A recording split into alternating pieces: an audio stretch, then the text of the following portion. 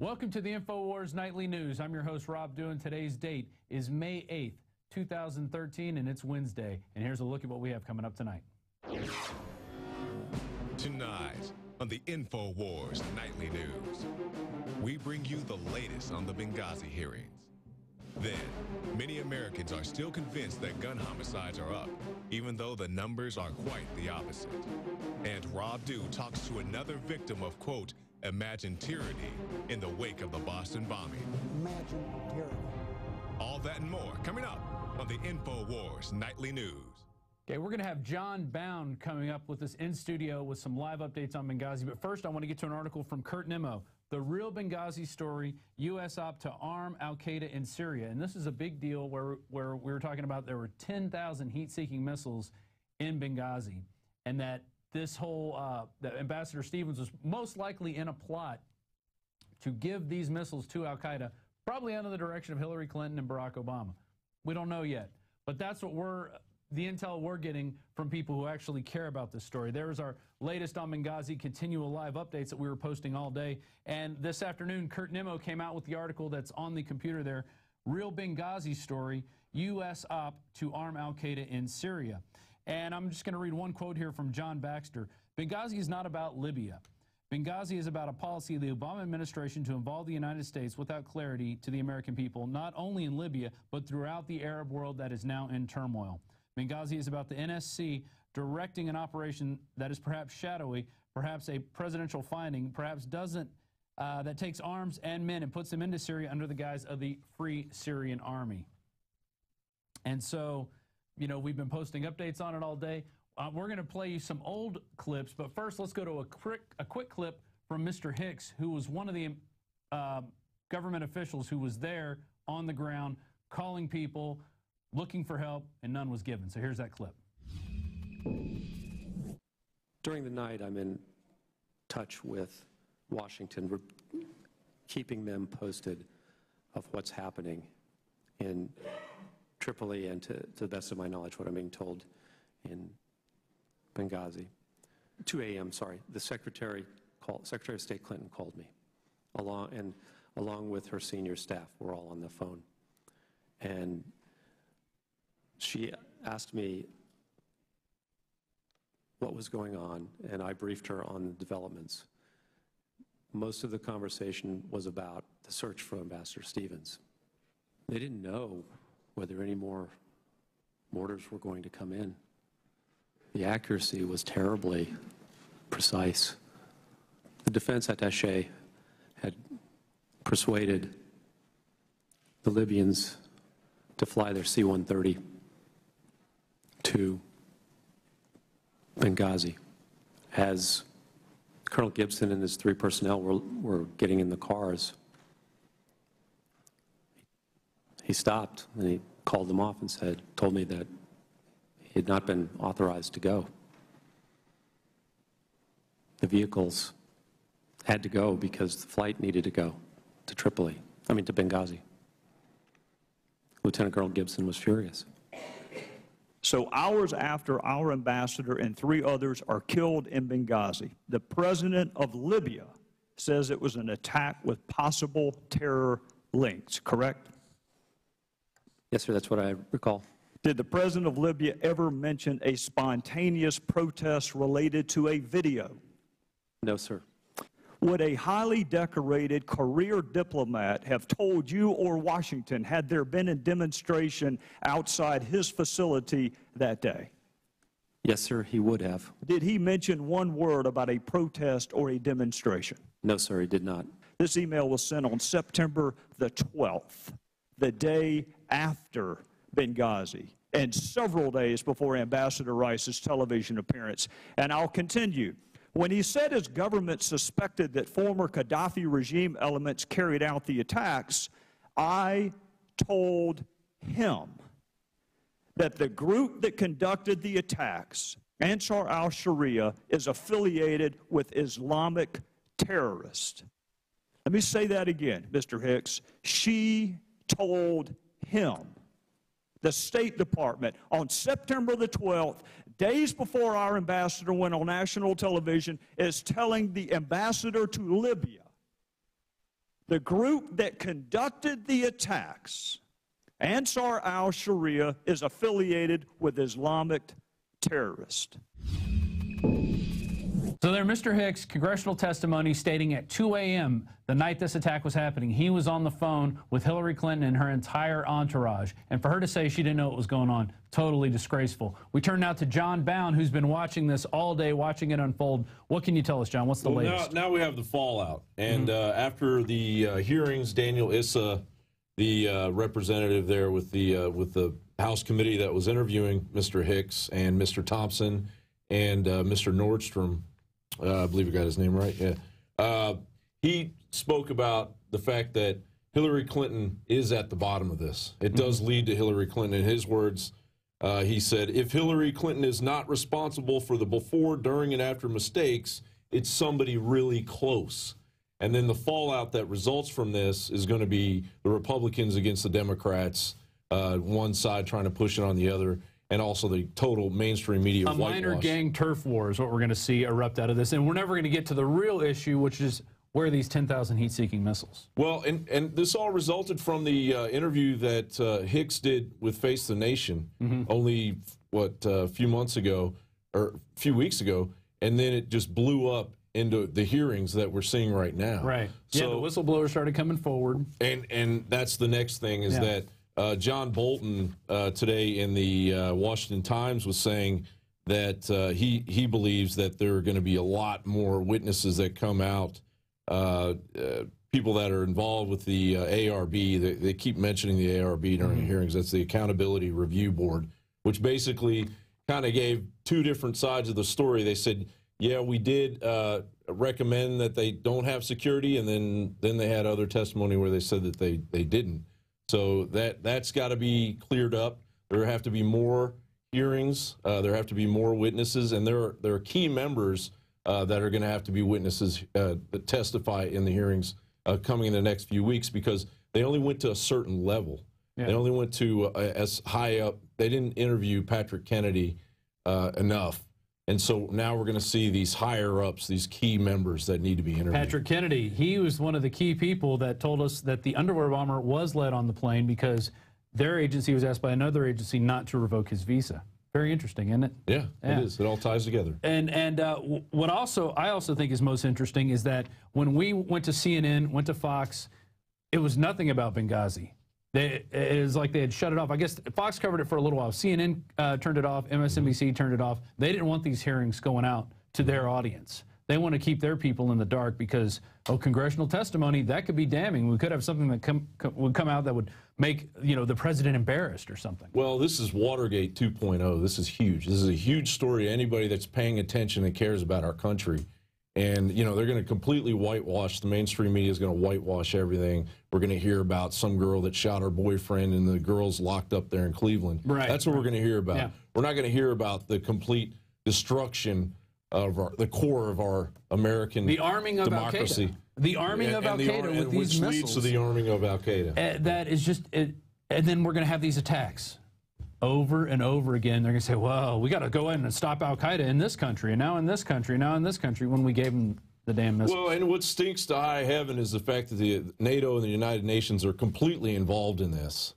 And they were the ones, what looks like, they were the ones saying, no, stand down. Right. He was asking a general to come and help. The general told that security detail to stand down. There was other AFRICOM. They were asked, they said they couldn't come in. And Hicks was basically saying if we had shown some kind of firepower with maybe just a plane, a flyover, the Libyans would have backed off. They would have scattered. Just one plane, and they were just left out there to be killed. Kind of reminds me of USS with precision. Yeah, precision mortar attacks. He did talk about that. Yeah. Yep. All right, we're going to go to 3 clips because we were doing our own investigation of this. We weren't waiting for congressional hearings. We were bringing in people who are geopolitically savvy. The first clip we're going to go to is Steve Pachinik, and that was in, let me get the exact date here. That was in 8/12. That was August. And then we're going to go to Lieutenant Colonel Anthony Schaefer, who we had on the show in November of 2012. So we got August, November, and then we have a clip of Rand Paul chewing out Hillary Clinton after she claimed, well, I had no idea this was going on. That was in January of this year. So we're going to go to those clips. John, thanks for coming in with that update, and I guess you're going to be on the show tomorrow with another update. We're going to follow this thing real close. All right, well, let's go to these clips now. Your sources, you were telling me off air that your Pentagon sources, I mean, they know who really killed this guy and the message it's meant to send. Well, the message it was meant to send, the Pentagon sources had informed me that the distance between the Libyan embassy where our ambassador was and where the rioters were was so large, and 2 days of a delay in response, meaning simply that they were professionals ready to take out our ambassador, who was an Arabist. And the reason I say he's an Arabist, it was basically they wanted to kill him because he was too influential in the Arab world. He was too dangerous to Israeli interests, to Saudi interests, and to certain American national security interests run by the neocons. This was a protracted battle. We're talking about starting in the evening, say between 7 and 8, and lasting until the next morning. Now, one notable thing, just to frame this whole thing, I think this is where we're going to go with this, from what we were talking about, is that during this entire time, no one knew the ambassador was dead. And this is notable by the fact that one of the things you'd think they'd want to do is find him by the fact you would not want to have a hostage situation similar to the one that hobbled Jimmy Carter during his reelection campaign back in 1980. And think about this. If Ambassador Stevens was taken hostage, every day there would be a reminder of the failed policy. So therefore, you have to wonder, why didn't the recovery of the ambassador take front and center from the moment that he went missing? And it's notable that there's been no mention of that by any outlet, how they wanted to go after him. So with that said, it's very clear now that within the context of the event of 11 September of this year, of 2012, it was very clear from the moment, I'd say about 4 p.m. after Ambassador Stevens met with his last visitor of the day, which apparently was the Turkish representative. That's notable. Turkey is partnering with us right now in a covert action to help do two things: increasing level of intelligence we're aware of by using the Turkish intelligence assets on the ground in Syria, and by actually working with us to quote-unquote arm the friendly rebels, whoever they are. Thank you for appearing, Secretary Clinton, and I'm glad to see your health is improving. I'm glad that you're accepting responsibility. I think that ultimately with your leaving, you accept the culpability for the worst tragedy since 9/11, and I really mean that. Had I been president at the time, and I found that you did not read the cables from Benghazi, you did not read the cables from Ambassador Stevens, I would have relieved you of your post. I think it's inexcusable. So there you go. The story that we're hearing from the mainstream media is not the story we're hearing from the people we're interviewing, the insiders, the people who've been in messes like this, who've even done things like this. In Pachenik's case, he's been in some interesting dealings in his life. So, of course, we're going to be bringing you more information as it becomes available. Moving on to gun homicides. Americans convinced gun homicides soar despite actual plunge in gun crimes. There you go. While gun-related homicides are down 39%, we actually think it's 49%, from a 1993 peak, only 12% of people believe that gun crimes have fallen. Non-fatal firearm crimes declined by 69% to 467,000 in that same period, but 56% of Americans believe that gun crime is higher than it was 20 years ago. Maybe that has to do with Eric Holder putting out that memo that we need to brainwash people about guns. We have to show it every day. Guns are bad. We're having gun buyback programs. We're worried about illegal guns. What are illegal guns, huh? Those are the ones that you don't tell the government that you have? How is that illegal? I don't know, but they say, let's pull up a couple charts here. We got violent crime statistics. This is from the FBI. 1992, you can see the rate there. To 2011, you can see the drop. And now we do some math. We start subtracting, dividing, and there you get 49% crime drop. That's based off the FBI statistics. The other statistics were Department of Justice. Now we're going to go to murder rate. This is per 100,000 people. You got 9.3 in 1992, and then 4.6. Another 49% decrease. And now let's show all crime. These are the rates between 92 and 2011. In every single case, it's going down. Even though the mainstream media and the rest of the dinosaur prostitute media want to tell you that you got to be afraid and it's all guns problem. It has nothing to do with the fact that people are becoming armed, that firearm ownership is going up, and that's why crime is going down. But they're never going to tell you that because they want to take your guns. And real quickly, the report was off of this U.S. Department of Justice firearm violence from 93 to 2011. Their numbers are a little different than the FBI's, but you look at the two, there's still a drop any which way you slice it. And now I want to go to a video of, this is a kid, actually, Alex Jones is going to introduce this, but he saw this today. He's like, I got to shoot a video, And the headlines from Fox 19, video of Vegas boy grilling cop goes viral. It's got over 4 million views of this kid with his camera walking out, wants to know why this cop, this mustache welding cop, is parked on a sidewalk getting his giant big gulp. So we're going to go to this video now from Alex Jones, and we got to commend this kid. His name is Jeremy Drew. Kudos to you, son. Let's go to that video. A 12-year-old boy in Las Vegas, Nevada, did what all American adults need to be doing to keep our out-of-control government in check. He saw a police officer pull up on the sidewalk, go into a store to get a soft drink, and then waddle out. If a citizen would have done that, the cop would have written them a ticket or maybe even arrested them. We've seen many cases of people parking on the sidewalk and being arrested. And he says to the police officer, the public servant, are you responding to an emergency? Because you just pulled up here on the sidewalk. And the cop says, what are you, a lawyer? Let me see your ID. He turns it around. And that's what government does. It makes us all suspects under Homeland Security, under the fake war on terror and the fake war on drugs. And we never look at who the real suspect for corruption and tyranny is in history that our founding fathers warned us of: government and government servants. Because throughout history and in modern times, it is government that gets out of control and begins to dominate the population. So we wanted to show you this video. The young man shot the video sideways, so we're flipping it right side up so you can see it and follow along with it. But it's just an incredible illustration of how out of touch our government servants are, that he would try to intimidate the boy, claim that he was loitering, claim that he'd done something wrong, claim that he needed to, prove who he was, and wouldn't give the young man his badge number, which, by the way, is the state law there in Nevada and most other states that you're supposed to do that. So you have a cop breaking the law on multiple fronts for his convenience and then trying to treat the boy like he was some type of serf or slave. But within this is the essence of how we're going to save our society. Because most adults I know don't understand that cops can't do that unless there's an emergency.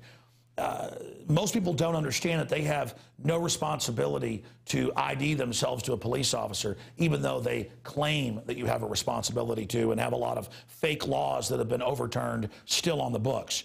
So I want to salute this young man, and I want to challenge adults out there to do what he's done and stand up to this type of tyranny.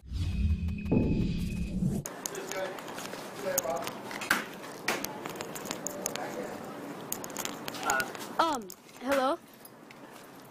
Is there a reason for you to park on the sidewalk? Is it like an emergency or anything? Because I can. Oh. Can I see your badge number? Why? Because I have the right to. You do, huh? Yeah. What are you, junior lawyer? No, I just want to see your badge number.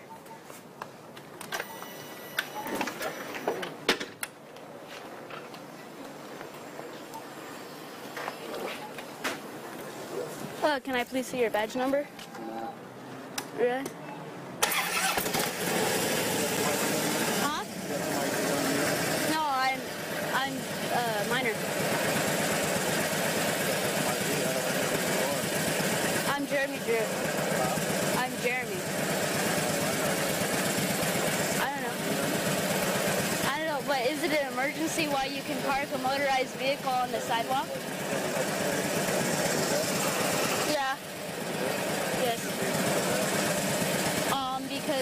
I don't think it's necessary to park your motorized vehicle on the sidewalk. No, I'm actually mailing this.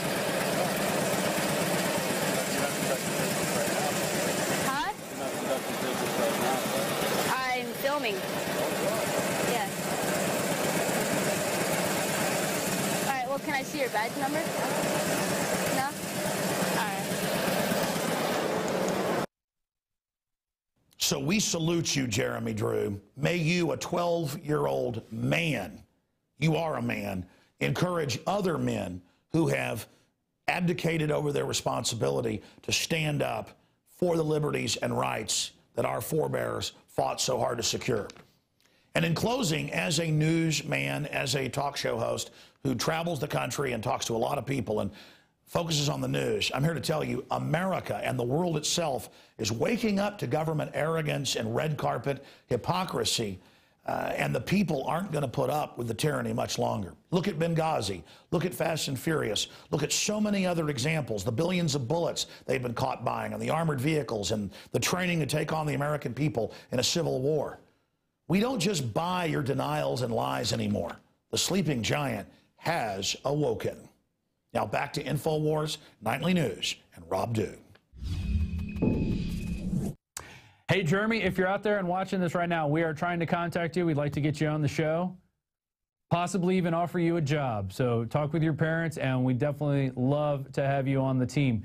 You have, as they say, panache, as they say. That's a nice way of saying it. Let's move on. Judge orders the conspiracy re-education for Lauryn Hill. You remember Lauryn Hill? She actually had a album a long time ago called The Miseducation of Lauryn Hill. Grammy Award-winning singer Lauryn Hill has been ordered by a judge to undergo counseling because of her conspiracy theories. Well, what was her conspiracy theory? That the music industry oppresses people with actual talent in favor of pumping out mindless nonsense. Wow, I really have to think on that one. Wow. You think they really conspire to do that? Do you ever wonder why the music out there doesn't say anything political, and when they do, like the Dixie Chicks case, they get pummeled into the ground and told to shut up? You ever wonder why that is? Maybe it's because they are slaves, and they take these talented people, prop them up, get them under these heavy loans where they're basically indentured servants for life, unless by a miracle they become a prince or Madonna and are able to break out of that system. But for most of them out there, it's not like that. Continuing with the article. Hill has attempted to warn young people about how pop culture cannibalism, as she calls it, and the deliberate reductionism of art and music is damaging a whole generation and turning them into passive, unthinking consumers. Wow. I couldn't have said it better. The judge's order that Hill undergo what amounts to brainwashing and re-education simply for publicly proclaiming the fact that the music industry is designed to strangle true talent while promoting amoral, vacuous, mindless, turgid drivel. Way to go, Paul. Is part of an increasing trend towards labeling common sense as a mental illness if it goes against the establishment grain in any way. I couldn't have said it better, Paul and Lauryn. And we're also reaching out to Lauryn Hill, trying to get her on the show, because we have a platform here where you can say whatever you want, as long as you don't cuss. We will bleep you. Moving on, our last article of the day. Texas House blocks federal gun control, 102-31, and that's House Bill 928. An agency of this state or political subdivision of this state and a law enforcement officer or other person employed by an agency by this state or political subdivision of this state may not contract with or in any other manner provide assistance to a federal agency or official with respect to enforcement of federal statute, order, rule, or regulation purporting to regulate a firearm accessory, or firearm ammunition. If the statute, order, rule, or regulation imposes a prohibition, restriction, or other regulation, such as capacity or size limitation or registration requirement that does not exist under the laws of this state. What are they saying? We're not going to send state public servants to go after law-abiding gun owners here in Texas. That's basically what they're saying. They're saying, federal government, get out of Texas if you want to try to control our guns. And that's what we should be saying, and that's what states all around should be passing bills like this. It hasn't passed fully, and the governor has not signed it, but Texas House blocks that federal gun control. That's the bill that's up right there right now. We're going to our quote of the day. It's from Bill Moyers. Secrecy is the freedom tyrants dream of, And that's what you saw in Benghazi. They tried to cover that up. They tried to hide the survivors. For days, people were asking, where are the survivors of this? Why can't we talk to them? Why can't we get their stories? Because, you know, hey, these kidnapped people that were held for 10 years in captivity, we're going to hear their stories in no time. They had pictures of them up on the web as soon as they were found. God bless them. I think that's great. And I'm glad they got out of that situation. And, you know, that's not, you can go into a whole thing about kidnapping and where these kids really go. And it's not just dungeons and houses and subdivisions. It's white slavery all over the world. These people are turned into sex slaves. They're turned into victims of snuff films. It's horrible. We'll get into it on another show. We're going to be back with David Knight sitting down here. We're going to talk about Paul Revere. This is kind of the aftermath of people submitting, but we still have a long way to go. We're going to show you 2 films in their entirety, and they are dynamite. And then after that, stay tuned, because we're going to have a interview with another, I guess you could call him a whistleblower, just an average citizen who didn't like the cops coming into his neighborhood, the militarized federal goons kicking in their doors, pointing guns at people, treating common people as criminals. And we'll be back with that, so stay tuned. It's Infowars Nightly News. The important thing about the Pro One filter today is that the material we use for removing fluoride and other heavy metals now will remove the latest form of fluoride called hydrofluorosilicic acid. There's no other fluoride reduction filter out there that will remove that type of fluoride. And it's extremely important because today we're hearing more and more cities are using that form of fluoride. We've been having medication forced on us through the water system for quite a while. Most people don't realize it. Most people don't realize the negative effects of fluoride. There's a wide range of health effects that are attributed to fluoride. Bottom line, why should somebody get this new Pro One Pro Pure filter? The reason to buy the Pro One, it's an all-in-one filter. It's convenient, easy to use. It doesn't require the add-on fluoride filter. And in addition, this filter removes the latest form of fluoride called hydrofluorosilicic acid.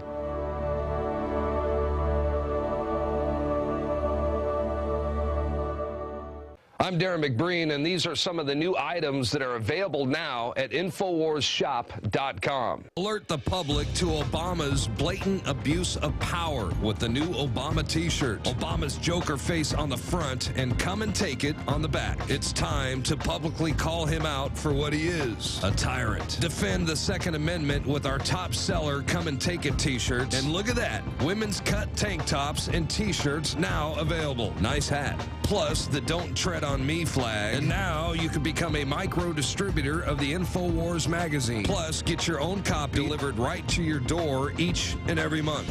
And if you're tired, like I am, of you and your family being exposed to polluted drinking water, get the Pro One high-performance water filter. It gets rid of all pathogenic bacteria, cyst, fluoride, heavy metals, and numerous other contaminants. So join the revolution at InfoWarsShop.com.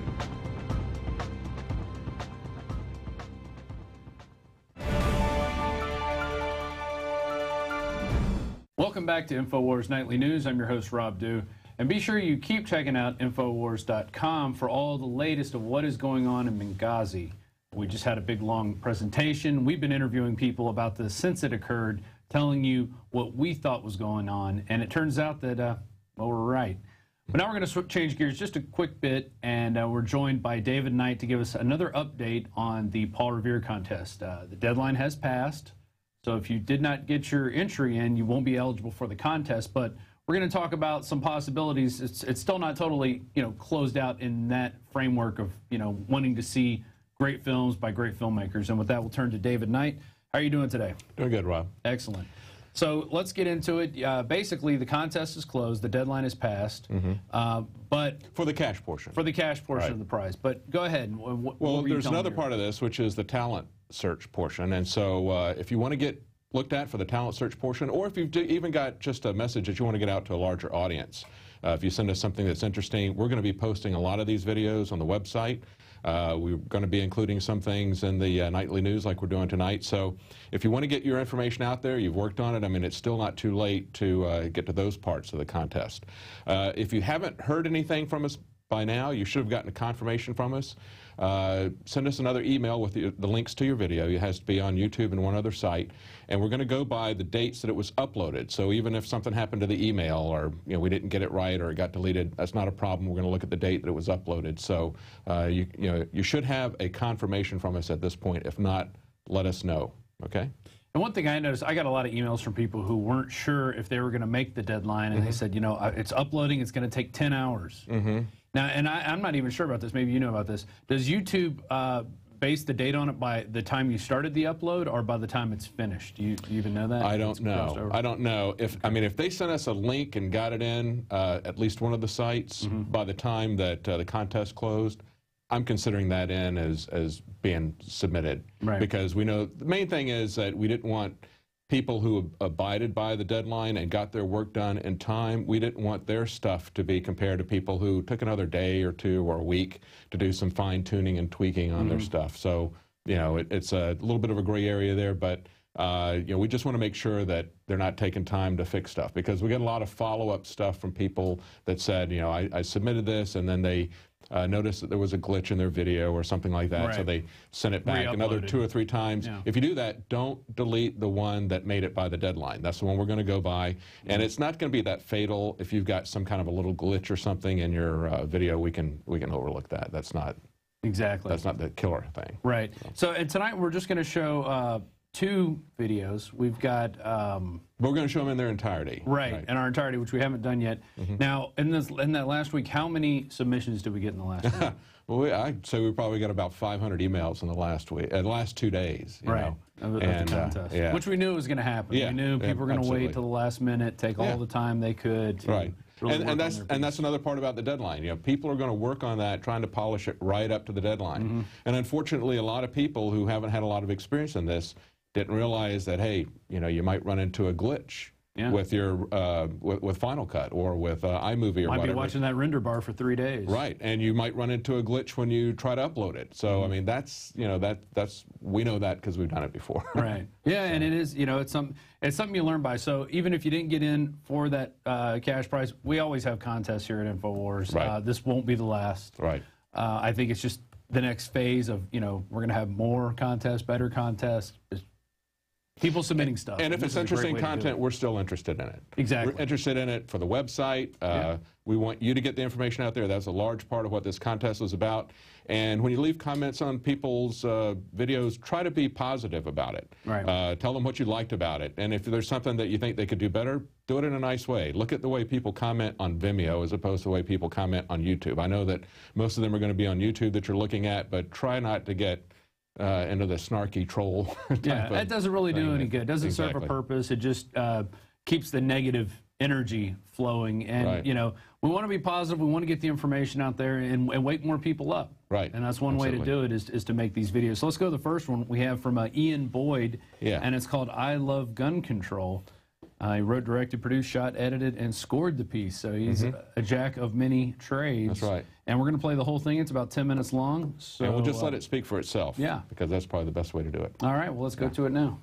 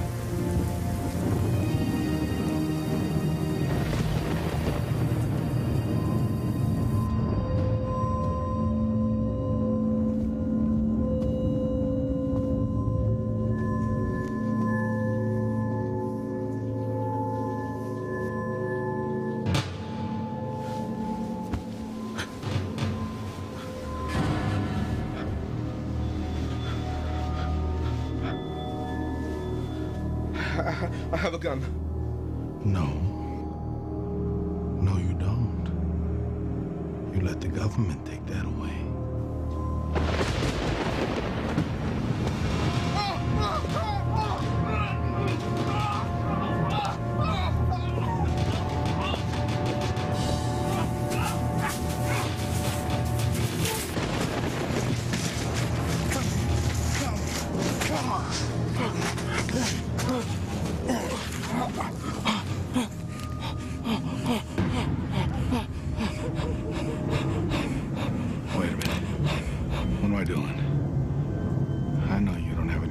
Yourself?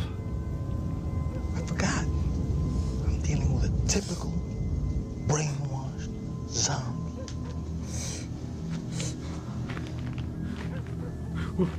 What is this? What do you want? You know what I want. No. I keep all my money in the bank. I have nothing of value here. You are a liar. There's an armed response security sign on your lawn.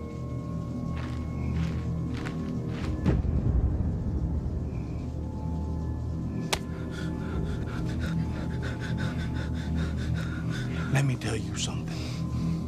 Those costume cops, they're not gonna help you. It's just you and me. Well, it's always been. You on one side and me on the other. And because you let the government take away your right to defend yourself, well, it's like stealing candy from a baby.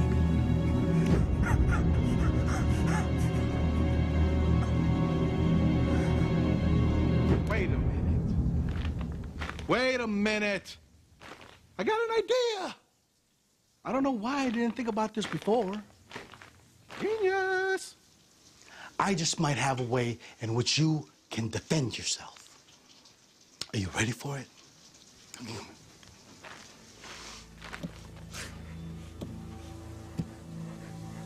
Scissors.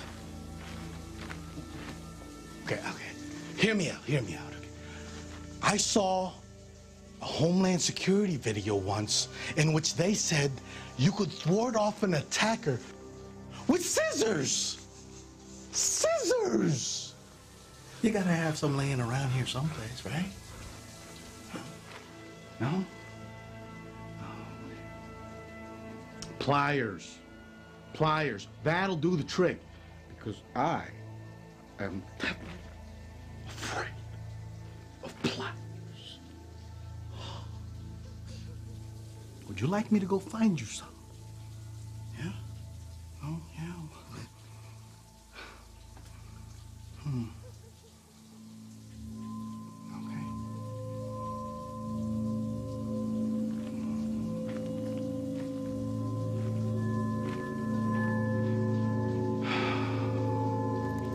Here's your chance. I'm all by myself. You may not get this opportunity again. You little scared man.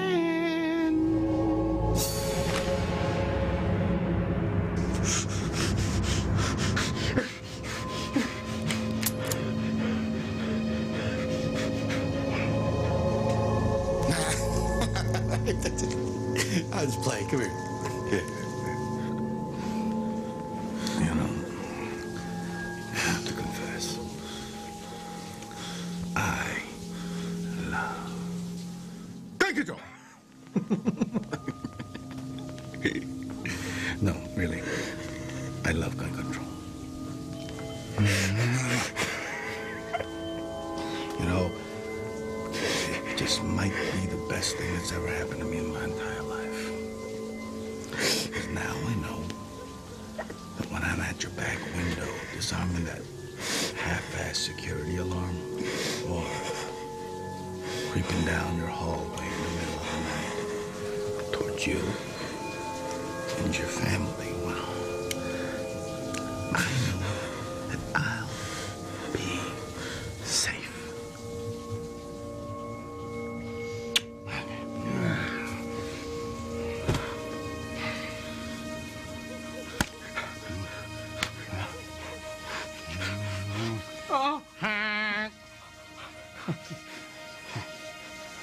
Hey, I am a criminal, and I will always have a gun. And there's nothing you can do to stop me.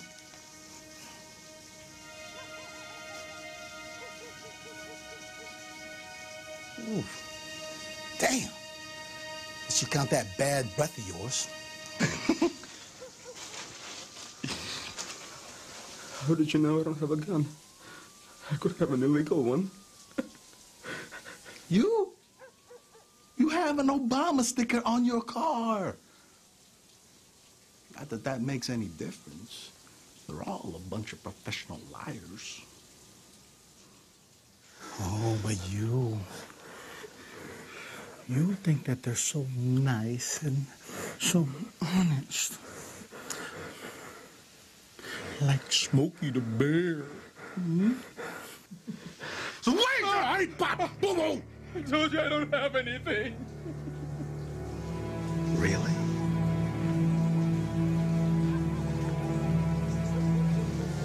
I am very sorry to hear that, you know? That you would play it that way.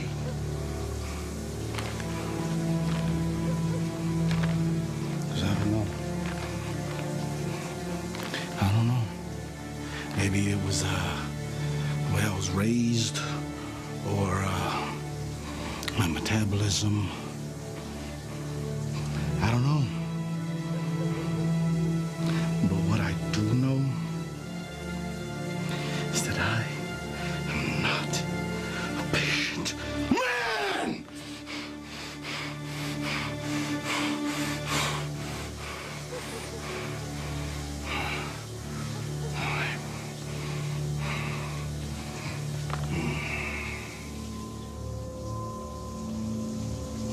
Do you know why I chose this room? I have no idea. Well, it's because after I shoot you, blood won't get all over the carpet. And the new people that move in here after you're dead and it's been resold, they won't have any idea what happened here tonight. And I'll just come right back. And I'll do the same thing. All over again. To them. Bet you wish you had a gun now. No, please don't do this. Please don't do this. Please. Too bad.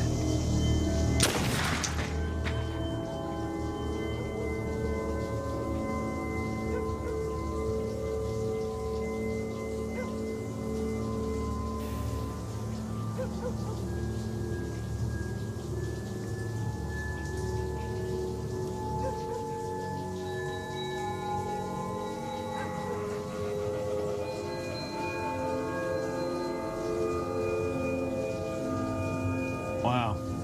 That reminds me of the old saying, when seconds count, cops are minutes away. And that was great. Yeah, wasn't that done? Yeah, that's really very well done and very professionally done. And it's a good example of somebody getting you emotionally involved with an issue and making all the talking points that we talk about there. Right. You know, they were all there, but they were done in a way that really takes you into it. It's a great, good piece. Really Yeah, good piece. I imagine they were definitely in California. Yeah, I think he's got an LA area code. There you go. So this last one we have John Cabal versus Alex Jones. And you were telling me this goes back to he kind of formats this to an old movie. This is a more typical documentary, okay, and it's not as slickly done as this. It's more of an intellectual approach to it, but interesting content, a real interesting take on this, because it goes back to the book The Shape of Things to Come by H.G. Wells, and there was a movie that was made in the 1930s called Things to Come, and H.G. Wells was actually alive and participated in the making of that movie. And H.G. Wells, as he points out in this, was the guy that's credited with coming up with the New World Order phrase, and it's kind of his prototype for what he sees happening with the New World Order. But he has an interesting spin on it, because what he does is he kind of takes the antagonist and protagonist from the movie and the novel, and he compares them to Piers Morgan and Alex Jones, and he puts talks about similarities with Alex and the chief, one of the characters in the novel. But it's really interesting, and let me read this quote from what he says in it. He says, "This isn't just a corny relic of the past, it's a template of the future, as important to the modern cabal of self-anointed masters as the Parthenon was to architects throughout the ages. Its weird staginess and broad strokes weren't the accidental result of primitive cinema technology. Filmmaking was quite advanced by the mid-1930s. The film was made as a vehicle to talk down to the unwashed masses as an early effort at what we would now call predictive programming." So it's a real interesting documentary, and it's about 20 minutes long. Right, so. And we're going to play this, and that's going to be our break, actually. And when we come back, we are going to have a guest who we're actually going to play a video that David helped shoot with Dan Bidandi's help. Dan Bidandi went to Watertown, interviewed residents who felt they were under martial law, who felt they were being oppressed, who felt their rights were taken away from one 19-year-old boy unarmed, hiding in a boat, which was an excuse to lock down an entire city. Well, David put a great intro onto that, comparing some stuff that Ron Paul said, and then this ridiculous MSNBC host who called Ron Paul a liar when Ron Paul said people's rights were trampled, it was martial law declared. And so we put this on, and then we got an email from a guy who said, "Hey, I was there too. Here's my house, and we're going to show you the picture. There's a tank right there with a bunch of troops armed to the hilt, and he points out where his house is within the Watertown district." So we're going to go to John Cabal versus Alex Jones, and that'll be our break, and then we'll be right back with that interview, so stay tuned.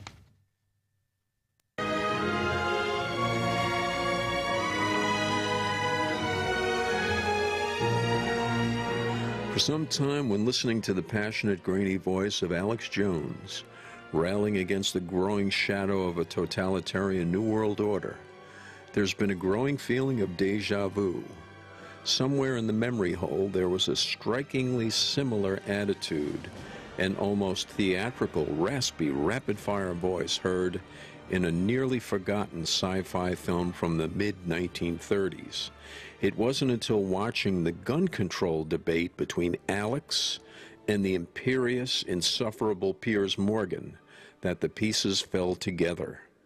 The film, featuring a distorted Alex Jones prototype, was Things to Come, based on the science fiction novel by futurist H.G. Wells, The Shape of Things to Come. Since Wells is often credited with coining the term New World Order, and Alex Jones is the leading pop culture opponent of the New World Order, the two men have, in a sense, already met. From Things to Come, a grainy old movie that had long ago fallen into the public domain, rise the images of a flawed but passionate nationalist resistor known as the Chief, and the pompous, imperious elitist by the unsubtle name of John Cabal. John Cabal heads a new technocratic proto-world government, and the Chief runs the last nation-state. In parallel, Piers Morgan represents a powerful, elitist world propaganda empire, while Alex Jones is the tip of the spear of a grassroots nationalist new media. Cabal and the Chief fight a hot war, while Morgan and Jones fight a world info war.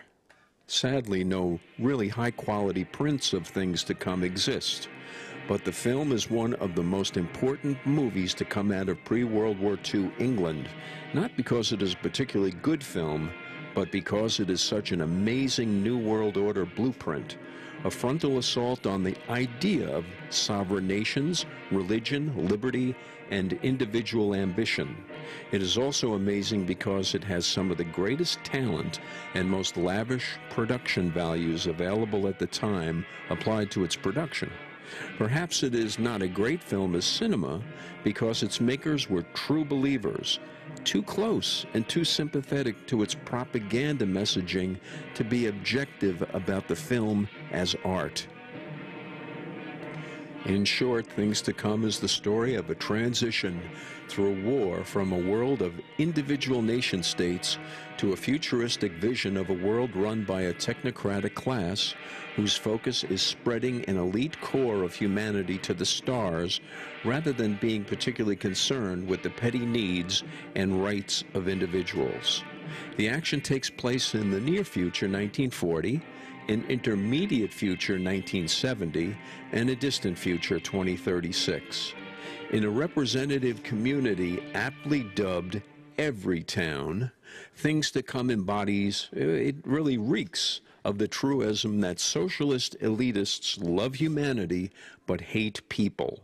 That certainly sums up the mindset of the main character of Things to Come, John Cabal, and of course his spiritual heir, Piers Morgan.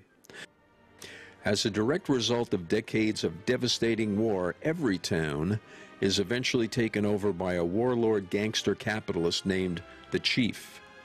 After becoming disillusioned with the existing order and the conflict inherent in free societies, we now see the middle-aged version of John Cabal as a kind of a visitor from space, actually a subterranean headquarters in, of all places, oil-rich Iraq. Cabal is back in Everytown to lay down the law to the Chief that the days of the nation-state, private enterprise, and self-interest are over. Cabal has been busy organizing the New World Order using science, I guess very much like Nazi Germany, to build an irresistible futuristic air fleet and demands that the Chief relent. In other words, surrender or else.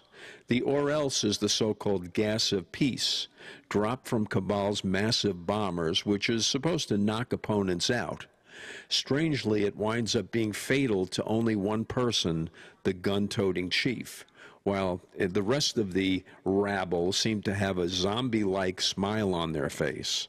It's actually logical that they chose Raymond Massey to play Cabal, who also played Abe Lincoln and John Brown, all dour fanatics with a messianic complex and a determination to bend the world to their own view, regardless of the human toll. The Chief responds to Cabal's ultimatum by taking him prisoner, but not before a heated confrontation between the two world views. The first thing we shall want is to get our planes in the air again. Right, a laudable ambition. But our new order has an objection to private airplanes. The impudence. I'm not talking about private airplanes. Our airplanes are public airplanes. This is an independent sovereign state at war. I know nothing about any old order. I'm the Chief here, and I'm not taking any orders, old or new, from you. Suppose I've walked into trouble. Yeah, you can take that as right. We have some hundreds of new type planes, and we're building more, fast. The factories are working again. We're gradually restoring order and trade in the whole Mediterranean area. We're scouting this region now to see how things are. You found out. This is an independent sovereign state. Yes, we must talk about that. We don't discuss it. We don't approve of independent sovereign states. You don't approve. We mean to stop them. That's war. If you will. All right, I think we know how we stand. Burton, take this man. If he gives you any trouble, club him. You hear that, Mr. Wings over your wits? My friends know my whereabouts. If I don't come back, they'll send a force to find me. Perhaps they won't find you. They'll find you. They'll find me ready. Tyrants did it. Hitler took the guns. Stalin took the guns. Mao took the guns. Fidel Castro took the guns. Hugo Chavez took the guns. And I'm here to tell you, 1776 will commence again if you try to take our firearms. Doesn't matter how many lemmings you get out there on the street begging for them to have their guns taken. We will not relinquish them. Do you understand? That's why you're going to fail, and the establishment knows no matter how much propaganda, the Republic will rise again when you attempt to take our guns. My family in the Texas Revolution against Santa Anna, my family was at the core on both sides starting that because Santa Anna came to take the guns at Gonzales, Texas. Pierce, don't try what your ancestors did before. Why don't you come to America? I'll take you out shooting. You can become an American and join the Republic. It's interesting, in the face of the so-called war on terror recently re-energized by the Boston Marathon bombing, that the novel goes into the subjugation and destruction of religious groups and, interestingly, predicts the targeting of Islam as a grave threat to the elitist vision of a New World Order. In the Wells novel, they go after Islam first, but they get around to eradicating the most visible symbols of Christianity as well. Alex Jones has been trying to warn people for years that Christians would be used by the godless elites to wage war on Islam, but would be betrayed and also destroyed once the Islamic world had been neutralized. In the CNN duel between worldviews, insufferable Piers Morgan was literally playing the part of John Cabal, and Alex was more or less cast by fate in the role of the chief. It's a striking comparison when you look at imperious Piers Morgan and Raymond Massey playing John Cabal, both dripping with condescension. Things get really spooky when you hear the voice and see the body language of Alex Jones and his counterpart, Sir Ralph Richardson, playing the chief. Jones is a Texas good old boy, a Jeffersonian natural aristocrat, blessed with near-total recall, and Richardson was an acclaimed British Shakespearean actor, but accents aside, their vocal instruments are remarkably similar. This storyline isn't just a corny relic of the past, it's a template of the future as important to the modern cabal of self-anointed masters as the Parthenon was to architects throughout the ages. Its weird staginess and broad strokes weren't the accidental result of primitive cinema technology. Filmmaking was quite advanced by the mid-1930s, some would say never to be surpassed. The film was meant as a vehicle to talk down to the unwashed masses, an early effort at what we now call predictive programming. The Depression-era audiences of young people unable to get jobs would be very receptive to any message of change and renewal. The young and disenfranchised would see nothing wrong with the central planning point of view of things to come. Younger audiences in love with anything new or different would think, why not get rid of a bunch of troublemakers like the chief and his dirty, backward companions so that we could live in a brave new world where men fly into space, live and work in compartments made of clear plastic, surrounded by flat-screen TVs. Even Hitler knew that young people would applaud the concept of out with the old and in with the new because they haven't learned to appreciate and value tradition. The Hitler Youth movement was proof of concept. To them, the past is a place they didn't live, and the present is a place where older people and their traditions seem to be a straitjacket on youthful energy.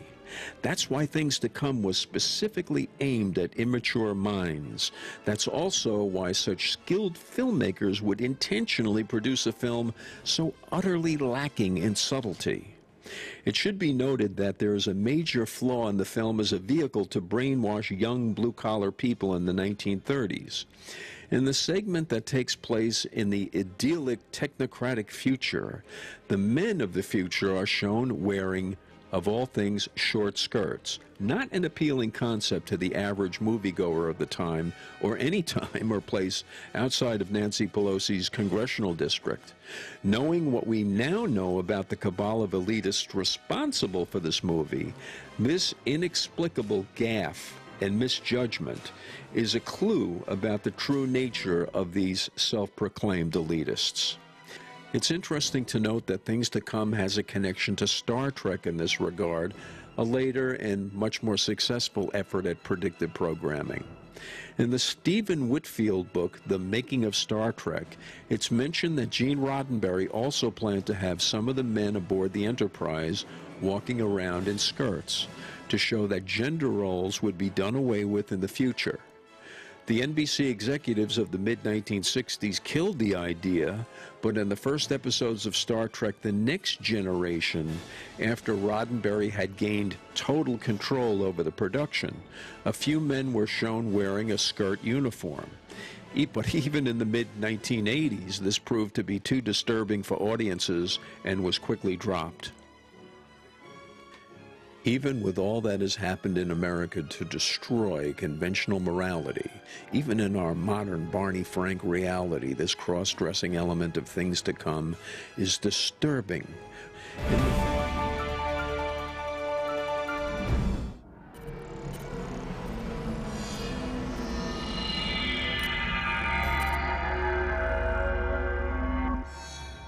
Ted Anderson, president of Midas Resources. With over 30 years of experience in the precious metals business, I can tell you without a doubt, we are facing the most dangerous and volatile times, not just in the United States, but worldwide. Peace of mind is gold and silver. Now is the time to invest in gold. When it comes to bullion coins, our prices are competitive and the closest to melt. If it's numismatics you're looking for, we have some of the best deals out there. Visit MidasResources.com today or go to Infowars.com and click on the link to see our daily specials. Here's an example of one of our long-term specials we've been offering for more than a year. 2 silver dollars from the turn of the last century, plus 2 powerful films, The Obama Deception and The American Dream. We also add in the book Dishonest Money, all for $72 and free shipping. The most trusted name in precious metals is Midas Resources. Call 1-800-686-2237 or go to Infowars.com. I'm Ted Anderson with Midas Resources. We are now only entering the edge of a global financial superstorm, the likes of which the planet has never seen. Here in the United States, the private Federal Reserve is giving more than $85 billion of taxpayer money a month to themselves and other offshore foreign banks. And the worst part is, we have to pay the bank's interest on the money we give them. There is now a race between the global central bank mafia cartels to see who can devalue their country's currencies the fastest. We are already seeing big increases in inflation at the grocery store and the gas line. This will eventually lead to hyperinflation. More than a dozen top globalists like George Soros have been buying record amounts of gold while at the same time bad-mouthing it to the public. Don't just listen to what they say. Watch what they do. For more than 6,000 years of recorded human history, gold has been the ultimate hedge against uncertain times and inflation. Before investing in metals, it is important to do your own research and find a reputable company. Midas Resources has the highest Better Business Bureau rating of an A+. Unfortunately, very few precious metal companies can boast that. Midas Resources has assembled one of the most educated, researched, and professional teams of brokers in the industry. The evidence is overwhelming. In uncertain times, gold and silver is safe harbor. Now is the time to invest in gold. Call 800-686-2237 and Midas Resources will mail you 10 reasons to own gold absolutely free. No shipping. It's absolutely free. And finally, Ted Anderson wants to challenge you to find any deal that comes close to his 2 silver dollars at cost with free shipping, with 2 free films and a book for $72. That's more than $160 value for $72, shipping included. Click the link at Infowars.com to go to the MidasResources.com specials page. Brought to you by MidasResources.com and Ted Anderson, the trusted name in precious metals.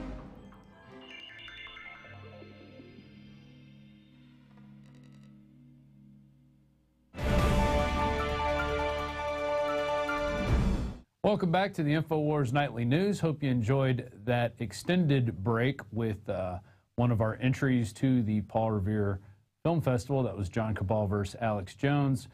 I want to go to another video real quick, but this is just as serious in nature, but also more hard-hitting and more in your face because it shows more mainstream media lies. Lawrence O'Donnell, an MSNBC Skeksis Award winner, went on the air right after Ron Paul came out and said there was martial law in Watertown. You had militarized police, you had people being forced from their homes with their hands up. And he said this was martial law, and this is ridiculous. And Lawrence O'Donnell got in there and was being an apologist for all that, saying those are all lies. There was no martial law. So we're going to go to a piece now with David Knight introducing Dan Bidandi, first showing Lawrence O'Donnell's lies, and then going to Dan Bidandi, who interviewed residents in Watertown. And when we get back from that, we have another resident from Watertown to shed more light on this fake martial law that never happened. So enjoy this video.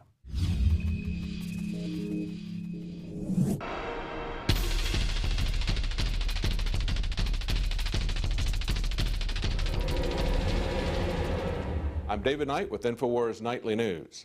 Now, recently, Ron Paul was on the Alex Jones show, and he expressed concern about the way the police conducted themselves. He had some pretty strong language.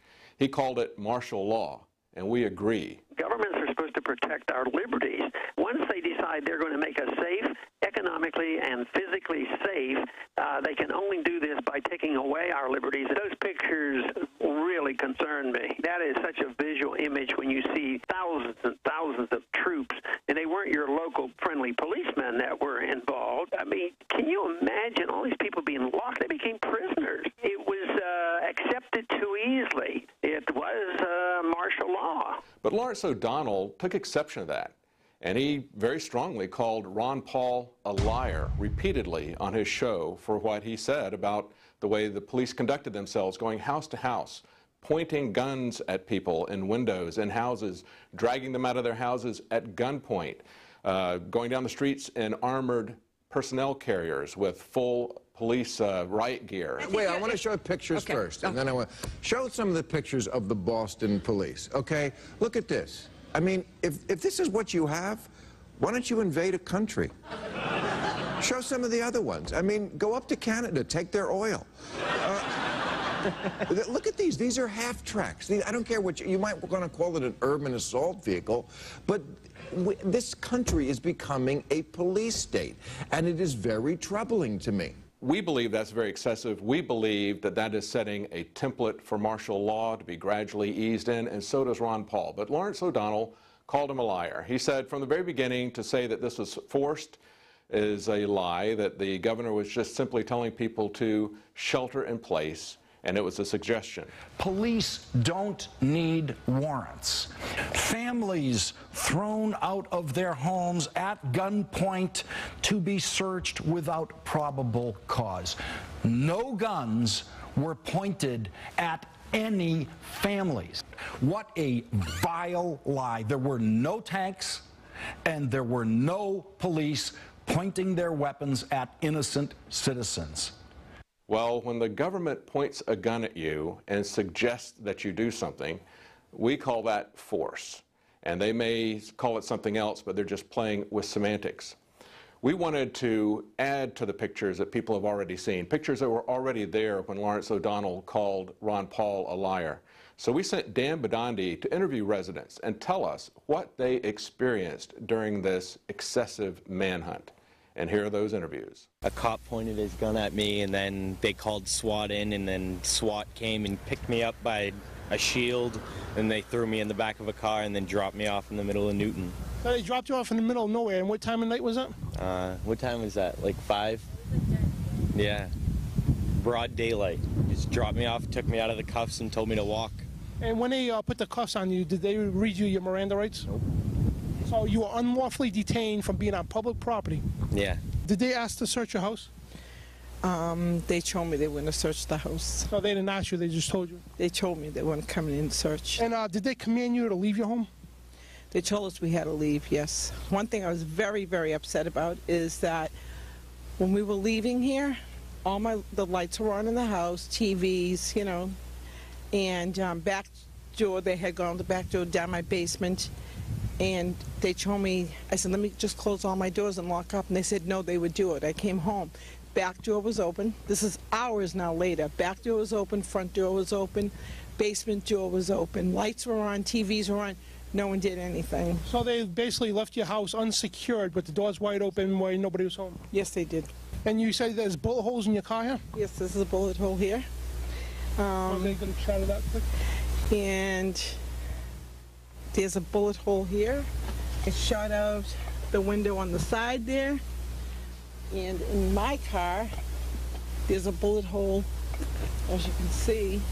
I don't know where it is. Maybe it's in the car somewhere. I have no idea. But the back window's blown out and the side window's blown out. What they did, they disrupted this entire world for a day. We initially got a report from the police department that it was voluntary searches, but then after talking to the residents, we found out that they weren't asking if they could have permission to enter homes. They were just forcefully entering people's homes to search. So did they knock at your door or just walk in? They knocked the door, but you know, I mean, the door, they almost push the door through them. I mean, And did they ask you to search your home at all, or they just did it? they just did it. You know, they just came in and they're going through. And did they command you to leave your home? Yes. We left, and they say, let's lock the doors. They say, no, we'll take care of it. We'll lock your doors and everything. We came home midnight, and everything was open. And nobody was around here. So they left your house also unsecured and wide open? Exactly. And nobody was around here. What takes anybody? Anybody can walk in. They mistreated the elderly then, right? Yes. Unbelievable. Yes, you know, I didn't like that. You know, like I said, they tried to do the job, you know what I mean? No. But on this point here, I got very upset, very upset. And, did they ask to search your house, or they just searched it? They wanted to search the house, but my grandma said nobody was in there, and then they proceeded to ask my grandma for my uncle lives upstairs, and the house is a deadbolt, and my grandma said, no, there's no one up there. I didn't hear anyone go up the stairs, but they still made her give the house key and unlocked it with that key and searched upstairs and all the way up to the attic. Well, they didn't want to give the key back, but they ended up giving the key back. My grandma, they did. And did they command you at all any time to leave your home or stay in the home?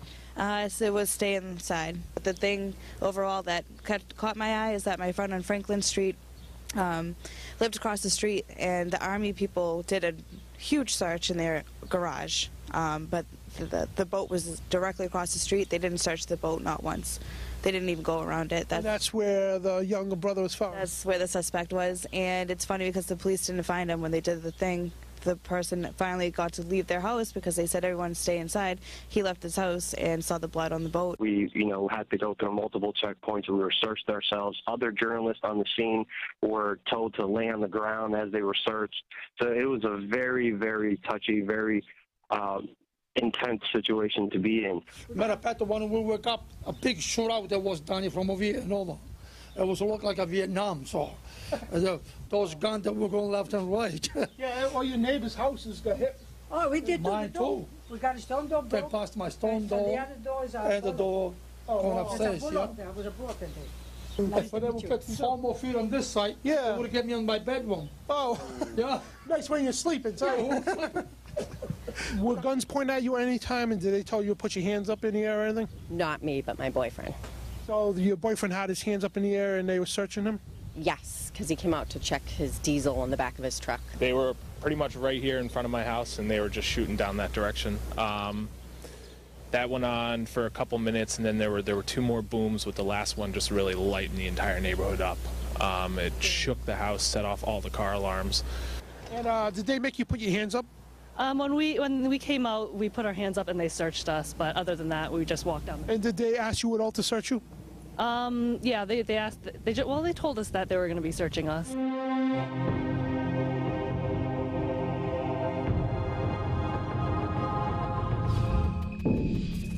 So what you just saw, the mainstream media, MSNBC hosts coming out saying that anybody who questions the fact that this was a police state, this was martial law training, this was training for the citizenry to give up your Fourth Amendment, to give up any notion of privacy anytime there's any type of crime. You know, in this case, it was a 19-year-old kid who turns out he wasn't even armed at all. Turns out he probably didn't even shoot the cop they said he shot.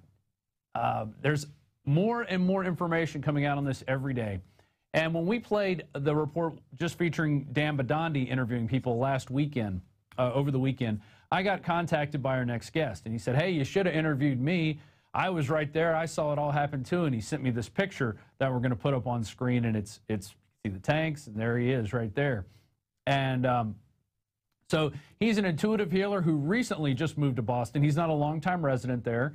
And he witnessed all this stuff. And he's going to say the same thing that all the other people that Dan Badandi talked to said. You know, these people were intimidated. They were scared. It was a tyranny, and it is a precursor to what is coming if we don't start getting our stuff together, needless to say. So we go to our guest now, Greg von Haesler. Greg, how are you doing today? I'm doing great. How are you, Rob? I'm doing great. You know, I really don't. I'm glad we're covering this stuff, but this is a really an insane time we're living in. Why don't you tell us what happened? You actually heard the gunshots Thursday night with this so-called gun battle, which now seems like it was probably one-sided, and only one side was firing shots. Well, when it initially happened, let me just start off by saying, as soon as the Boston bombing occurred, I knew somehow it was going to come to my neighborhood. I just had a gut instinct. I had a gut intuition, okay?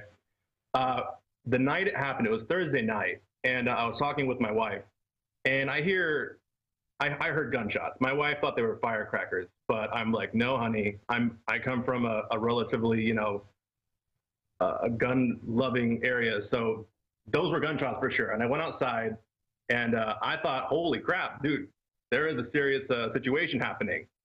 But as it continued, and it became more aggressive, and I'm talking lots of bullets were happening. And then you hear explosion, 1, not too big, so maybe that was a firecracker. Explosion 2, big. And then explosion 3, huge. And you're like, okay, whoa, this is obviously going to be related to the Boston Marathon somehow. It's running through my head. They're going to pull up a police state. I know it all is going to happen.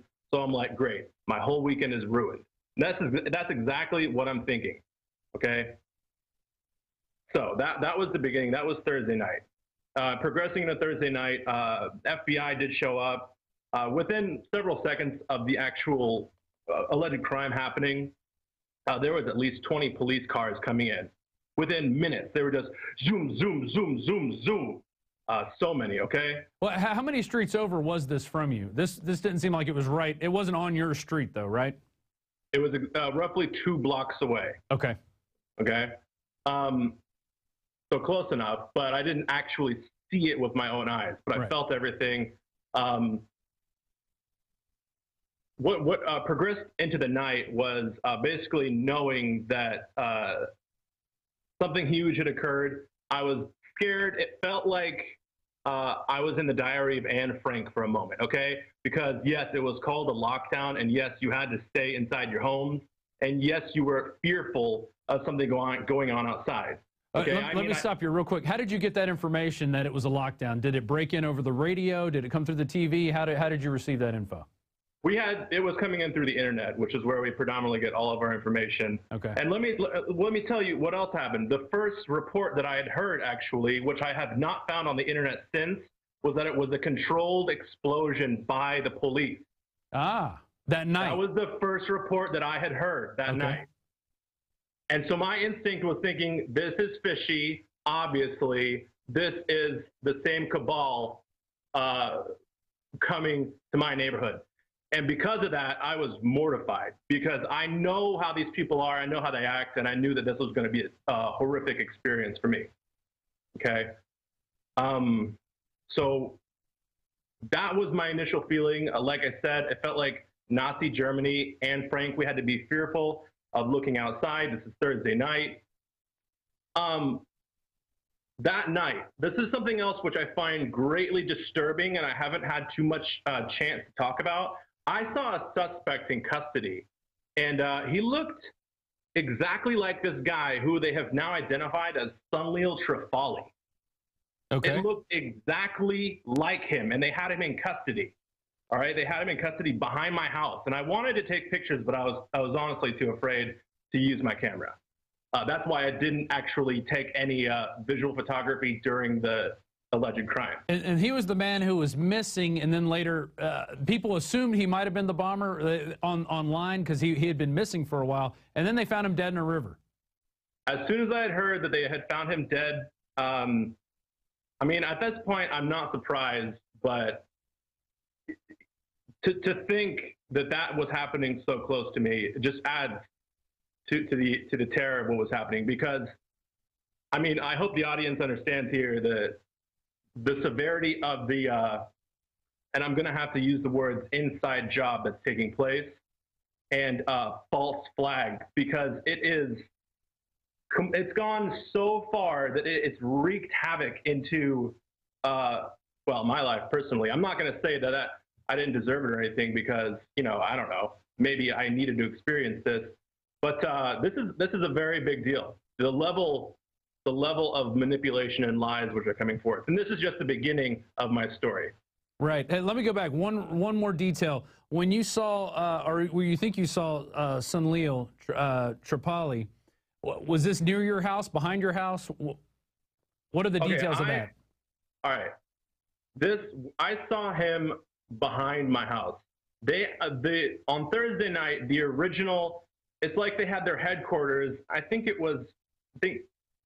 Dexter Avenue is what it's called. No. Anyway, it's a street adjunct to Dexter, and it is behind my house. And they kind of had their headquarters there, and they had this guy in custody. And it just seemed so strange to me what he was doing there, because obviously he was in custody to me, and he looked like the exact same guy. I don't know what much else to say about this, because it's my personal witness testimony, and it is just from my own eyes, and that's it, really. Right. Okay. Well, go ahead and continue. Keep going with the rest of Thursday night going into Friday. All right. Thursday night comes to a slow close because of the fact that I saw the suspect, who I had no idea was going to be connected to this Sun Little Trifoli character later on. I assumed it was over. Okay, I thought they got the guy. I'm not really reading the news too much because I hate it as it is. So, come Friday morning, okay, it's Friday morning, come Friday morning, things get very scary, people. Things get very ugly, okay? This is when true military force comes into Watertown. I cannot count the amount of police. I think they were in the thousands, like around 7,000 that were actually in Watertown or Boston area. But they had pseudo tanks. That's what I like to call them, like you see in the picture. Right. Yeah. We're showing them right now, actually. Yeah. Yeah. The guy there, they have SWAT gunners. They also have the other guy who doesn't even wear a helmet. Before I become a mess here, let me try and be more calculated. The morning of Friday, you've heard everything about martial law. You know what happened. Okay, but the significance of my experience was, first of all, I think they tapped everyone's lines because, it's a crime scene. Everyone is suspect. It's a large crime scene. They tapped phone lines. I think they tapped internet. Also, Boston Globe gave us a call that morning, which was very terrifying because that's when there was a huge stakeout of dozens and dozens of federal officers around our house. Before what was about to come, which I'll explain soon. And I think that was a preemptive strike, that they were working in conjunct, or they were the police, to try and identify who was in our house, pretending to be Boston Globe. Because allegedly they were looking for hostages, or they were looking for people who were withholding the terrorists in some shape or form. So shortly after that, we were looking through our blinds. And you also see an update from the police on their Twitter that people are looking through their curtains and they're acting like it's very suspicious activity. I'm sorry, I'm terrified of this Nazi Germany police state. Let me look through my blinds. I'm sorry. We'll bleep that, don't worry. Go ahead. All right. Okay, shortly after that, there was, they're coming to your house, okay? And what happened next was the worst of it. They came to my back door. They're knocking on it saying, come out now, get out here right now, get out here now. And I'm thinking, is this my last day? Am I going to die? Am I going to be somehow dragged into this under false pretenses? I don't know. So I begin to slowly draw open the door with hands up in this manner saying, please, I'm here, I'm coming out. And it's like at any given moment, they could have shot me, because even though I was being so-called compliant, which, I just had to be from what it seemed reluctantly. But anyway, I step outside. I'm staring at more than a dozen, and I think it was around 15 officers, military style, with assault rifles, M16s, aimed at my face. And I just said, I'm scared, guys. I'm scared. And right away, after I said, I'm scared, I said, come inside, like shivering. And they said, clear. So anyway, that was the worst of Friday morning. And so they left at that point, or did they come into your house? That was the initial, I'm going to say so-called clearance, because they were doing a total militarized, like the terrorists are going to kill us in any house. I honestly feel that my street was under the hottest tension at that time. The amount of guns aimed at people was just crazy. I don't know if they were the most paranoid at that moment around 9 a.m. But yeah, I'm starting to kind of lose track of what I'm saying here. Hopefully you can keep me aligned. Yeah. Well, no, I understand where you're going with. And you even interviewed one of your neighbors as well. And it was a neighbor that we interviewed. And she basically said the same story both times. Correct. Loretta, yes. Yeah. So anyway, go ahead. So they've left at this point, right? The first time they've come to your house. Yes, the initial sweep is over. And it's basically terror all day, making you completely sick to your stomach, like, I can't live. If I would have had to put up with this for longer than 24 hours, I would have had serious health problems. I would have really my body would have started degrading severely because of the stress that it was putting upon me. I couldn't sleep. It was literally Nazi Germany, okay? And I did have a friend who I can't name who was assaulted by police, and he was detained. He's my neighbor. And what was he doing? Was he out of his house? What was he doing? He's severely addicted to cigarettes, and he had to go have a smoke. And he had no nicotine patches, and he had to go outside. And when he did, the militarized police, they profiled him racially as well, because he looks similar to the suspects. Oh, was he Indian? Was he Indian? He's not Indian. Okay. No, but he comes from the same country that they do come from. Okay. By citizenship. Right. And so maybe they were pulling up people's information too, but I mean, I'm just extrapolating. Sure. I'm probably getting too paranoid, but maybe not. But they detained him in any case for going out and having a cigarette. They assaulted him first. They actually punched him at least one time in the ribs, and then they detained him. And he said to me, "Look, my friend, they weren't detaining me for any good reason. They know I didn't do anything." And I said, "So why did they do it?" And he goes, "Brute force, intimidation, power, a show of force." Right. And he said, "This is all a coup." That was his great insinuation there. Nothing's really happening, my friend. So he knew that this was an inside job. Okay. Well, keep going. So they come back to your place at some point. What happened then? Correct. After somewhat at midday, the pseudo tank rolls by, and then a large Humvee and SWAT.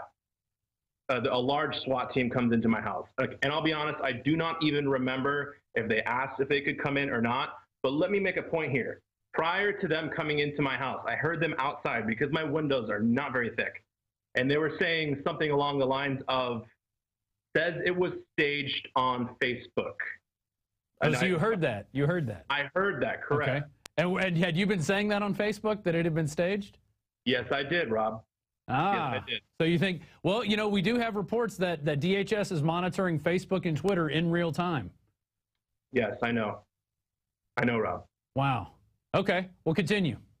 So as you can imagine at this point, this is obviously very humiliating. I thought because of my beliefs, I was in deep trouble, which is why I've been actually probably really reluctant, and ironically that I'm being interviewed now to talk about this, but I feel that there is a safety net to come forth and talk about this here. Well, it's better to talk about it. And let me make another point. Your Facebook is actually set to private. So if they were looking at your Facebook, there is no privacy when you set it to private when it comes to DHS. I couldn't agree more. So it would seem. And that was what I had learned from this, is that there is no privacy on Facebook, at least, whatsoever. All right, so they're coming in this time. And how many officers? There was at least a dozen SWAT team. It was an isolated team, as if they had been separated and told to go to different areas within Watertown. So this was one isolated SWAT team. These guys did not want to do this. They seemed like they didn't care anymore. Regardless, they did ask. I think they asked to raid my house. I'm sorry that I can't remember, honestly. But I wasn't even going to hesitate, because what I heard them saying outside, I just thought, let them in. I will not let myself even be any more of a pain in this situation, because this is way too hot. This is way too hot, and I'm just going to see what happens. Did they tell you to put your hands up when you came out? These guys did not do that, actually. They did not. They were probably the most polite officers about the whole thing. And I do want to make a slight point of that. I think they might have been Boston SWAT or Watertown SWAT. Instead of outside forces coming in. They did not appear to be federal. Okay. So, yeah. Anyway, they asked my wife and I to come outside. I had no shoes on. We brought our dog because we could not let our dog pee all day. Yeah. Because every time we did, we'd have guns aimed at us or the threat of frisking. You know, I saw people, little girls, being harassed, little girls, because they're trying to go outside. But I think that we kind of already know that that's gone on quite a bit. Yeah, yeah. So they corralled us, me and my neighbors, because they took a lot of us out at once. They wanted to check our houses. They asked me if they could go in the basement. I said yes, and I also indicated that my neighbor did have a key. So they took us, and we went on a walk. So they took you away from your house at that point? They took me away from my house, and I actually had a conversation with the SWAT officer, and he was very apologetic. He was very apologetic, which I thought was curious to me personally. So I decided to ask him a few questions, and I said, so it must be really troubling, you know, not having a lead, any solid lead about what's going on, right? I mean, he didn't say anything naturally, and I said, well, I think I said something else. Try to get some information out of him to no avail, but it seemed as though some of the local law enforcement was a little confused, and I wanted to say that. Oh, I believe you. Yeah. When I was at the G20 in Pittsburgh in 2009, there was a dramatic difference between how the local police acted, and you could tell by their accents because Pittsburgh has a very distinct accent, Pittsburghers do, and they brought in SWAT and other police from Miami, from all over the country. And the ones that were not from the hometown acted a lot more aggressive than the ones who were from the hometown. And I could see why. It's these are my neighbors. I might know some of these people is probably what's going through their minds. But go ahead and continue. Okay, so these guys, the SWAT team, were polite enough. And they essentially held us out for a time, of which I still hesitantly felt like they were suspicious of me, possibly in connection to what I had said earlier. So I was kind of on guard a bit. But then they eventually said, the FBI drove by me, and a woman said, you're clear, you're clear. So I thought, okay, well, this is fascinatingly great. So we got to go back to our houses, and that was a relief, but we were still under martial law at this time. Right. Correctly so. And how did you, what word did you get when you weren't under martial law, which MSNBC says never happened? I'm sorry, can you explain that? When did you get the word that you were no longer in martial law, or that no longer in lockdown? I think the term that the governor used was shelter in place, euphemism for martial law. But anyway, when did you get that word, and how did you receive it? I think they were saying that this was a voluntary lockdown, was what they wanted to say afterwards. Right, of course, yeah. But obviously it wasn't. And no one told me that I could go back outside. I was just looking outside, and things seemed really clear, and it seemed really like it had calmed down a lot, and I wanted to go outside. No one told me anything. I called Watertown Police Department, and I said, am I allowed to go back outside? Oh, that's ridiculous. You had to call the cops to go outside? I mean... Isn't that humiliating? Yes. Good God. Right. Yeah, so-called free country. And so since then, you're obviously distressed. You're still stressed out about this, I can tell. What do you think when you see these other news outlets, these mainstream media outlets saying, there was nothing wrong, we had to do this, trying to make excuses for the police, basically brutalizing and terrorizing the citizens? I've been doing this for so long, telling the truth. And I've been quite an avid fan of Infowars for many years. I am not surprised, but I'm extremely disappointed.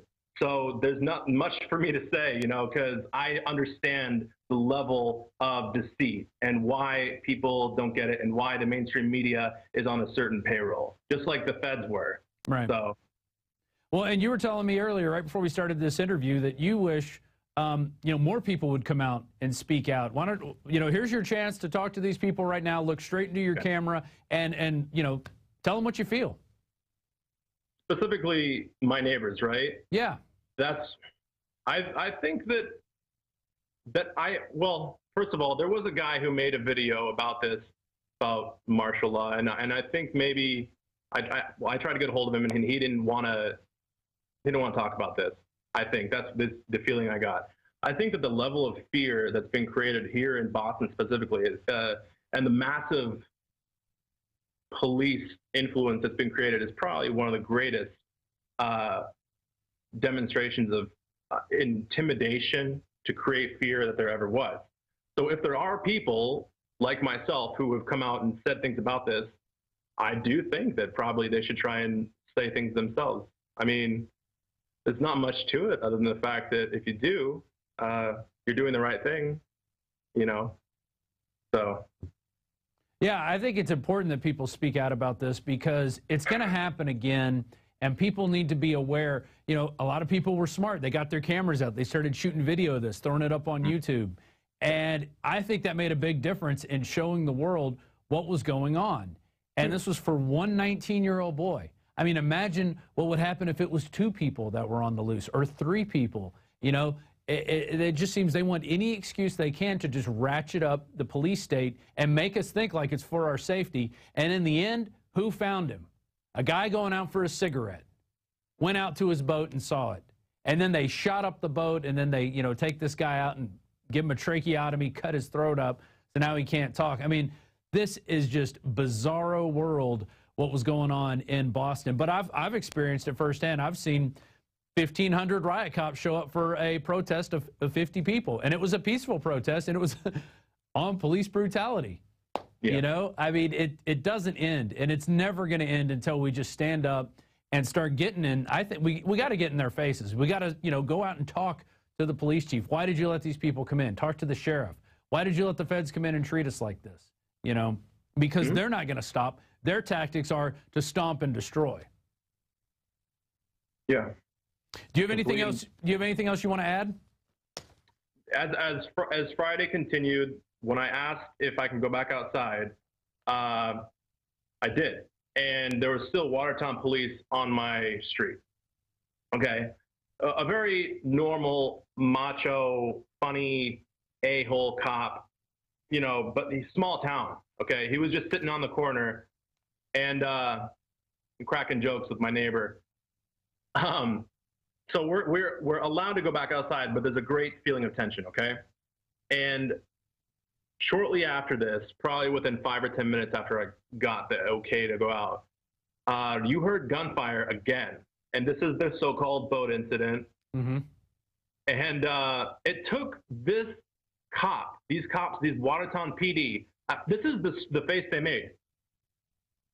They looked so confused for 5 to 10 seconds, just lost. Like, is this really happening? They didn't know what was going on until, bam, get back in your houses, okay? Wow. So, I mean, I just wanted to point that out. They did not understand what was going on. And then they yell at you to get back in your house. And it's all for your safety. Orders would say, yeah. They just tell you it's all for your safety over and over again. Wow. Hey, Greg, plug your YouTube site because you've got a lot of different things on your YouTube site, you know, which some of our viewers I think would really be into. Not everybody, but you also did a lot of videos about Watertown, walking around the street, interviewing people. So plug your YouTube site and let's show it on screen, and you know, people can maybe communicate with you via YouTube. Yeah, check out my YouTube. It's youtube.com/legitimistic. LEGITAMYSTIC. I've been trying to talk about the stuff going on for a long time. I perhaps have a different perspective and put a different spin on it, but I mean, I think we're all kind of fighting the same fight here. Exactly. I mean, we're all fighting for the power of our minds at this point. You know, there is a war on for your mind, and you're fighting it in a different way than what we're fighting it. But, you know, in the end, you know, we're all looking for reasons and truth out there. So, you know, I commend you for putting your videos out, for contacting us, and, you know, you really wanted to come on the show and tell your story. So I'm glad we could let you do that, and I hope you continue to speak out and maybe get some more people to talk and do some interviews out there. Send them to us. Oh, thank you, Rob. I will, actually. Thank you very much. Excellent. All right. Well, thanks a lot, and we will talk to you soon. All right. Bye-bye. Wow. Thanks to Greg Von Haesler for contacting us and speaking out. I mean, you know, it doesn't take a lot of courage. It just takes a little bit of courage to really just go, hey, you know, this isn't right. what I witnessed, you know, and telling people what you witnessed, because the mainstream media is out there telling the rest of the world that nothing happened. Everything was fine. You know, we have to do this for your safety. We have to treat you like prisoners in your town. And I noticed that he was wearing orange there. He almost looked like a prisoner. And the way he was acting, I could tell he was, you know, Greg has been deeply affected by this. I mean, you know, having 16 people aiming semi-automatic rifles. I mean, how do you think that would make you feel if you're in your house? And this is supposed to be, you know, just another normal April evening. And, you know, there you go. You got the police using their tactics on him. Let's pull up his YouTube page. It's Legitimistic. And he's made a lot of videos about Watertown. He's got some other stuff on there, lots of different things. And, you know, there's the, did I see Sunil Trifali, who was a guy that, you know, they said had nothing to do with this, and he thinks he may have seen him in custody. Who knows? Who knows? There was so much going on. But that's just one guy's perspective of the martial law that he witnessed. And, you know, he thinks it's martial law. He doesn't agree with MSNBC and the rest of the Skexy media that this was not a, you know, for our safety, and that everybody had permission to come in, and that people didn't have guns pointed at them. They weren't coming out with their hands up. You know, he had his hands up going out the door. He was afraid to get shot in his own house. So hopefully people get in contact with him. He'll do some interviews. I saw one where he was walking around with his iPad shooting some stuff, reaccounting. And, you know, he actually pulled a couple of his videos off. People were, the comments were so hateful for what he was saying. So anyway, that's our show for today. Thanks for David Knight for coming in earlier. And, you know, we're still slogging through those entries for the Paul Revere contest. And, you know, we said we were going to announce the winner July 4th, but it looks like that might be overshadowed by the big march that's going to go on starting in Arlington National Cemetery going towards the White House that Adam Kokesh has been organizing. Alex is going to be going there. There's a good chance I'll be there. I don't know who else he's going to bring with him, but, you know, that could be a big moment as well. Like, you know, one of these catalytic moments that kicks off another round of you know, police state insanity. And like I was telling Greg earlier, in 2009, I was at a park at University of Pittsburgh campus, several miles from where the G20 was being held. And there was a protest of about 50 people in a park protesting police brutality. And Luke Rudowski was there, some other people associated with We Are Change. Jason Burmis was there.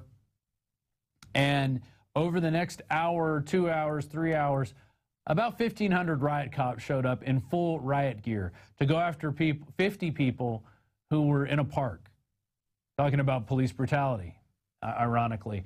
They surrounded the park. They shot tear gas into them, got those guys out of there. And then the spectacle brought out all these students from around the area. These kids walking around in boxer shorts and T-shirts. And this was, you know, this is late September, September 29th, I believe is the exact date, 2009. And then they proceeded to practice kettling maneuvers on the students. And I actually got caught up in that and ended up getting arrested that night just for doing my job. And the police state, it knows no bounds, and it's going to keep continuing. This is just the latest step in it, and that we're chronicling here at Infowars.com and Infowars Nightly News and PrisonPlanet.tv. If you're watching this on YouTube, please consider becoming a member of PrisonPlanet.tv. We have a 15-day free trial. There you go. There's victims of martial law in Boston speak out. There it is. That's Dan Badondi's report. You know, we have a 15-day free trial. You can give your password and username, and up to 11 of you and your friends can be on it at the same time with that username and passcode. So spread the information. Spread it while it's still there, because they could lock down the internet at any time. And when that happens, we're going to hard copy. And that's why we had the Infowars magazine, which probably by this time, I think it's been sold out already. So, but the next issue, Alex was talking the other day about keeping this sticker thing going, because it seems to be pretty popular and a great way to get the word out and great way to wake people up. And, you know, this is a hard copy, and the feds have to go around individually and confiscate these and burn them, just like they used to do with books back in the day when there was that type of censorship going on. So with that, I'm Rob Dew, And it was a pleasure doing the Nightly News tonight on this Wednesday, May 8th, 2013 edition, and we'll see you back here tomorrow night.